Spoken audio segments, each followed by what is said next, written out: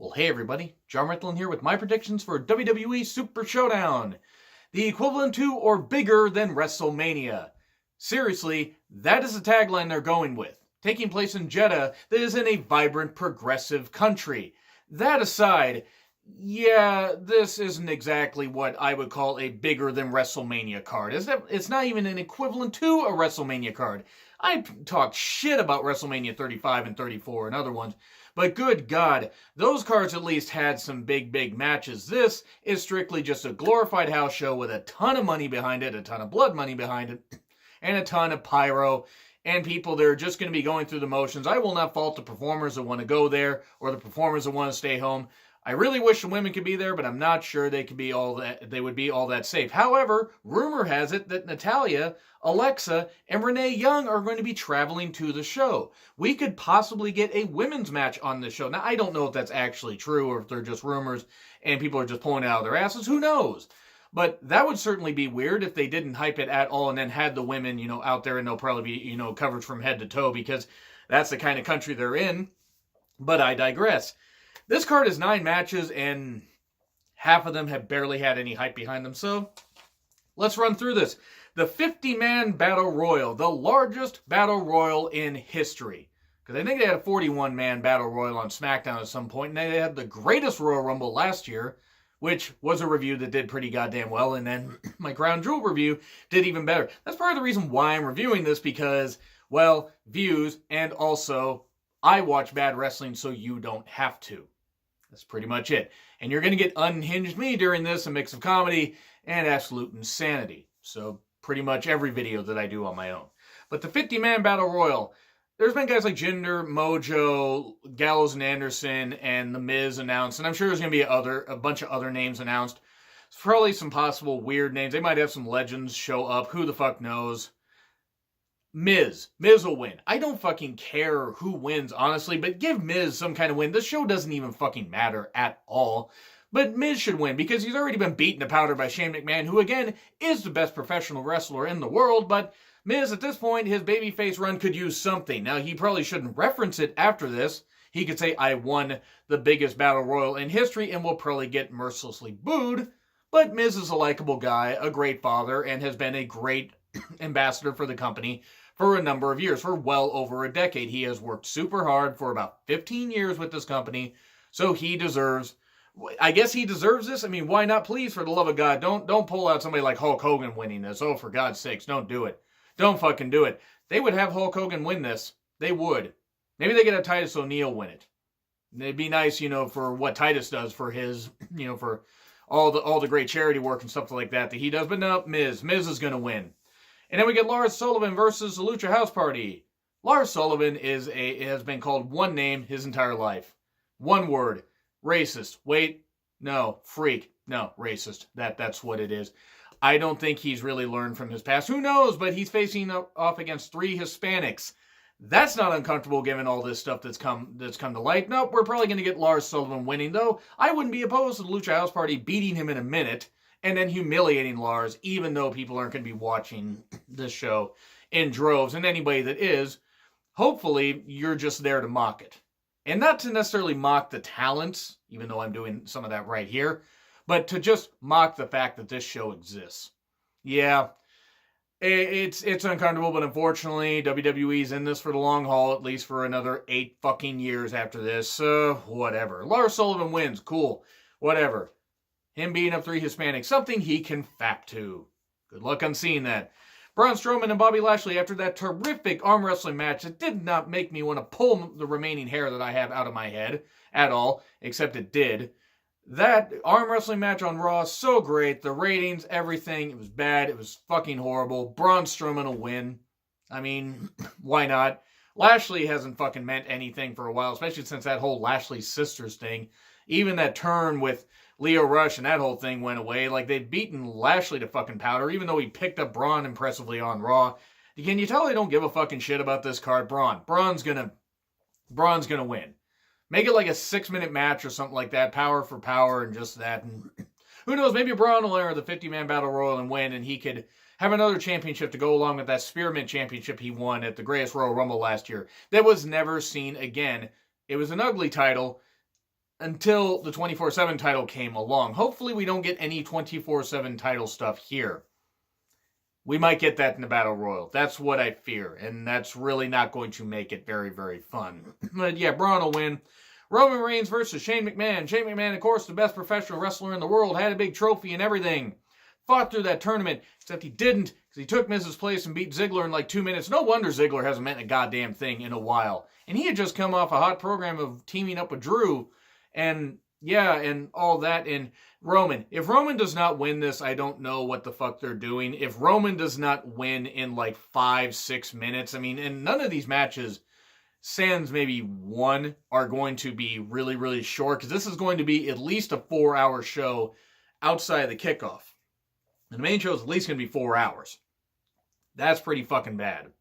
That's really, really fucking bad. And also, over under, all the Saudi royalty wandering around like disinterested idiots on their goddamn phones. Why the fuck are they even there? Oh, wait, because it's to show that they're westernizing by not giving a shit about guys that are there beating their bodies up. And yeah, I didn't really care for that last time, but oh well, whatever. Hey, some of the fans seem to like it, so some of the Saudi fans must have enjoyed it and must be having some fun. So I guess that's what it's all about. But yeah, Roman has to win, and this match is probably going to feature a ton of shenanigans like the Revival, Drew McIntyre, who deserves so much better. Have Drew McIntyre win the 50-man Battle Royal. It'll probably be a babyface, but still. Just Reigns will win. Please end this feud. Do not continue this feud after. It's going to continue at Stomping Grounds. It's going to continue at Stomping Grounds. So I'm so glad I'm not going to that show. We then get Finn Balor, Demon Finn Balor. He's confirmed to be the Demon somehow against Andrade for the IC title. Finn Balor's IC title. Since he's the Demon, unless they just want to just go balls to the wall crazy, nothing against Andrade, and have Andrade beat the Demon Finn Balor, nope, it is going to be Finn Balor winning, which is unfortunate, but I didn't think they were going to switch the title anyway. But now that he's Demon Finn Balor, he didn't break out the demon face paint when he faced Lesnar at the Royal Rumble. He broke it out for Baron Corbin at SummerSlam 2018, sat in the chair for about 3 hours to get painted, or whatever it is, and then, went out for a 90-second match. Nope, didn't break it out against Lesnar for the Universal title, but he broke it out for this. He broke it out for Lashley at Mania 35, but he's breaking it out for this.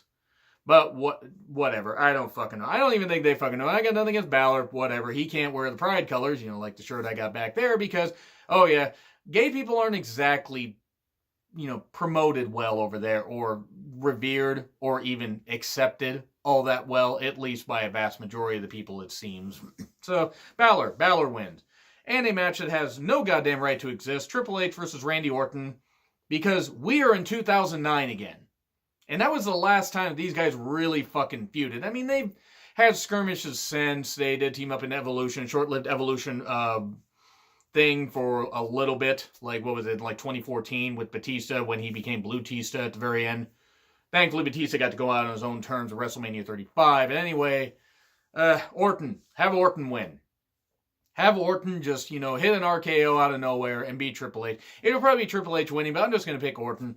Because at least Orton could do something with it, I guess. I mean, apparently it's being a match fought over who has what testicles and who doesn't.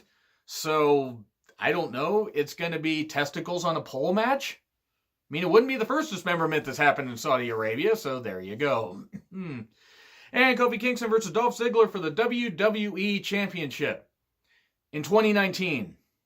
And I love Kofi. I'm not knocking Kofi, but why is Dolph Ziggler being allowed to compete for a major championship? Why is he being allowed to compete in the WWE ring at all? Dolph is good in the ring, even excellent in the ring. He hasn't meant jack shit for about 3 fucking years. Well, about 2.5, because that feud with The Miz. So we are going to get Kofi winning. We're going to either get him winning outright, and then Brock cashes in. Brock's cashing in on Kofi, and he's going to walk out with the WWE title. That's what's happening. He's not cashing in on Rollins unless he cashes in on Rollins, and then we have Kofi versus Dolph later.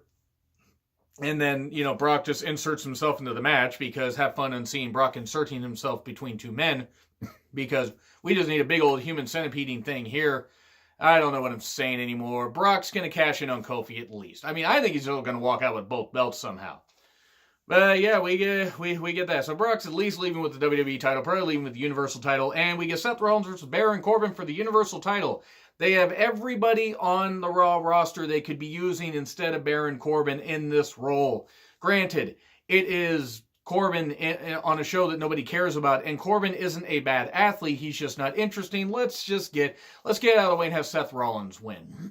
I still think Brock is walking away with both belts, but if nothing more, he's walking away with the WWE Championship, which is a real goddamn shame. There are certain people who are not going to this show. Kevin Owens isn't. Aleister Black because of his religious tattoos, because people are stupid over there. And then we also get Sami Zayn, who's not going to be going over there.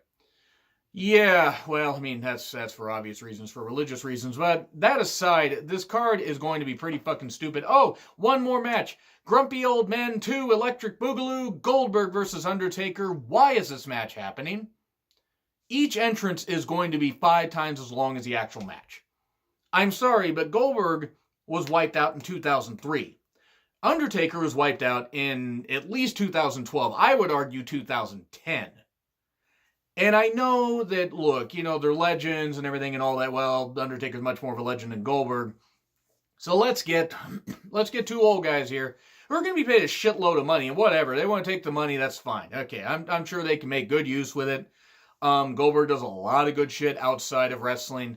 Undertaker is somehow still, he's not the official dead man, even though he keeps wrestling much longer. He's going to be the dead man. It is going to be Undertaker. Undertaker is going to win.